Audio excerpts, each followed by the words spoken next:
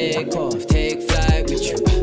For we never fly, but we're flying. Hello and welcome back to the Take Flight podcast with myself, Daniel, for this week's Take Flight Takeaway.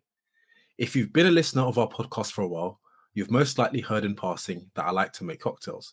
And yes, this is very true.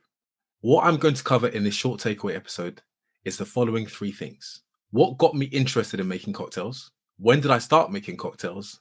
And when did I start taking it seriously? So to begin with, what got me interested in cocktails? And I'll be very honest with you, I remember this very, very clearly. It all goes back to the summer of July 2015, where my good friend Jeffrey and I ventured to Vienna in Austria for a long weekend. The hotel in which we stayed was somewhat different, where the reception was the bar and the bar was the reception. Put it whichever way you want, the bar was the reception and the reception was the bar. And it was a fully stocked bar and a 360 bar, meaning it was positioned in the middle and you could walk all the way around it. Hopefully that makes sense and you can picture it. It was very, very cool and loved it. On that very first night, it was there we met Yasmin and Yasmina.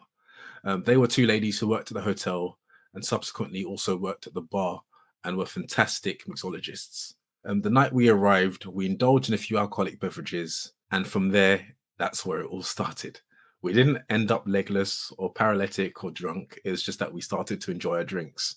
I told Yasmina that I had a very sweet tooth and that she should surprise me because the first drink she made for us was a Long Island iced tea, and it was very strong. But then I said, I have a sweet tooth, and surprise me with whatever you feel that I would like. And each day, drink after drink, she certainly did surprise me. I was wowed by every creation that she made. And she would often share the ingredients with me and what she put in the drink that she would make. And to this day, I still have the note where I put all those ingredients in my phone of the ingredients she used to make each drink. So when I got back to the UK that same day, I went to look for the ingredients in Tesco and essentially bought the essentials for stocking a home bar. So everything that Yasmina said, I looked for or looked online and I ordered it. And that's where it began, from me taking it from a trip to being at home. And at this time, it's important to mention I was still living at home with my parents, so I didn't go all out in terms of a fully stocked bar that I have today. However, after work, I'd make myself a tipple, and my cousin who was living with us at the time, and he would often join me. And sometimes, to be honest, they'll knock him out that shortly after he would say he's going to bed, and this is like 7:30 in the evening. So that's how it all started, where the love, where the interest was sparked. So secondly, to the point of the three I mentioned at the beginning of this episode, when did I start making cocktails? I'd say I started making cocktails whilst I was living at home with my parents. But guess I started to experiment more when my wife and I got married and began to entertain guests at home. I then built up to a fully stocked bar, as well as buying a lot of glasses that even till this day, I have more glasses than I have space for. Some glasses I haven't used, but I just love the style. And anytime I go into HomeSense or TK Maxx, it's really a case of buy it if you like it, because if you go again, you probably won't find it. So I just like to buy glasses, and I have many at home, and they serve purpose for different types of drinks. I'd also watch YouTube videos, start to make the timeless classics, as well as experimenting. These YouTube videos would help me understand how to make drinks with a color gradient. And I would also read some cocktail books that would give me some background history of learning where cocktails originated, the different types of glasses to use and to serve, the types of ices you'd use in different cocktails, and so on and so forth. So I really wanted to understand from a basic level and to really build up and build and build and build. So I had a good understanding of how drinks are made and really appreciate the art and the patience it takes to create them. I have a newfound respect, and never used to understand when you'd go to a bar and order some drinks, like say 5 mojitos.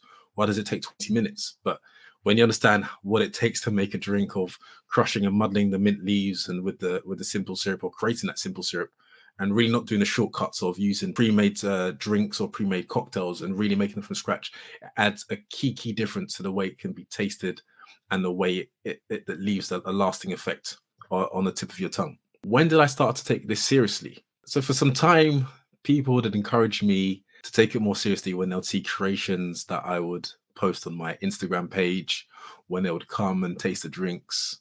Whether people lied or not, everyone would give me good feedback. And it wasn't until around this time last year that I started to think of taking it beyond home, hence the name on my Instagram page, At Home with DJ. And that was a page I just started to share creations of what I'd make, like desserts, sweet things of when friends and guests and family would come over. I rarely tend to make it when it's just my wife and I. It's usually when friends come over that I would start to make it and really become creative. Unless there's something in my mind that I want to create and execute, I would do it. And either my wife would enjoy that creation or I would slurp down that cocktail. And so back to when I started taking it more seriously, it was around this time last year. And a friend of mine, Daphne, she hosts the most incredible and the most amazing annual, well, she wouldn't coin the term annual barbecue, but she has a barbecue every single year. So I've given her that title of, your annual barbecue. And this year was just as amazing as the previous years. But nevertheless, last year, she mentioned she was having a barbecue. And I said, let me bring some things to make some cocktails. And she was fine for me to do this, but she didn't expect me to turn up the way I did. As in, I brought syrups, I brought my mixers, I brought everything. And I made use of the alcohol that was there. And needless to say, everyone enjoyed those drinks. And her guests were giving me some great feedback on the day, but even days after and weeks after, she's like, Daphne, that friend that you had, did you hire him? What does he do? She's like, oh, wait, he just said he was going to come in. He said, no, his drinks were fantastic. Like, they were fantastic, really, really good. So we decided last year that next year, being this year, I would want to have a dedicated space where we can do it properly. And that's where, well, just to fast forward a bit. So this year had a dedicated space. Some people from last year were like, oh, wait, so cocktail man this year. So one guy said, oh, so you're the barman this year. Then about 30 seconds later, he said, wait, I'm calling you the barman, but I remember my man from last year. You're the guy that was making his drinks. I said, yeah. He goes, oh, I know I'm in good hands today. And I said, of course. And I made some, well, I wouldn't say they were amazing. Everyone said they were amazing. They were 10 out of 10. But fast forward or rewind, should I say, last year, after that feedback and after that real sort of push, and probably the push I needed to boost my confidence, I started to buy some polycarbonate glasses. So they're a compound of a glass that don't smash, but they're not plastic. So they're quite high quality and they're not cheap. So I bought quite a few of them, different style glasses, so I could make a range of and variety of cocktails so that I could start to be booked for events, whether it be baby shower, small party, whatever it may be. I was happy to do it. And I built up my specific kind of stock for those events as opposed to what I would keep at home that I would use to entertain guests. I started doing branding, got some branded t-shirts, some branded tablecloths, I got logos created and so on and so forth. I started to invest essentially. And that's when I really started to take it seriously. And since then, I've had a number of bookings. And every time someone approaches me for a booking, I get very nervous because I think, I can't do this. I'm not good enough. I get the real imposter syndrome and I really start to think, took myself out of it. But to date, the biggest event I've done, it was for, I think, over 200 guests. And that was last year. It was very tiring, I won't lie. I had limited staff, the staff being just my wife and I. My wife was 8 months pregnant, but she was a complete trooper. And, I wouldn't have been able to do it without her by my side, to put it simply. And I liked working with her because she knows I'm very particular in how I work, the precision, the accuracy of what I want to do. So we complemented each other very, very well. And even, many people didn't know she was pregnant at that stage. And she hid it, but she was just working as if she was, fully fit. Not that she wasn't, but she was just, powering through. And I greatly appreciate that. I've done some intimate, house warming gatherings, some bridal showers, some baby showers. So it's been a whole range of different events, which I've thoroughly enjoyed.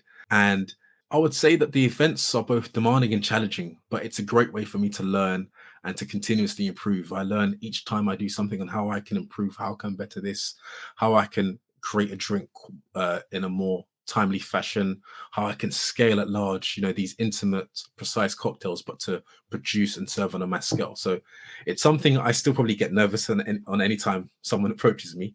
A neighbor approached me a few days ago for an event in a couple of days, and I get nervous, but nevertheless, I can only grow, and I can only grow as a person, grow as a mixologist, if you can call me that, if I go outside of my comfort zone. So in essence, those three things: what got me interested in making cocktails, when it started, and when I started to take it seriously. I hope you've enjoyed this short episode, And for those who want to see those creations that I've made in the past and what I may create in the future, find me on my dedicated page on Instagram at Home with DJ. I'll tag it on all the posts on our Instagram page, but feel free to give me a follow and I welcome any feedback.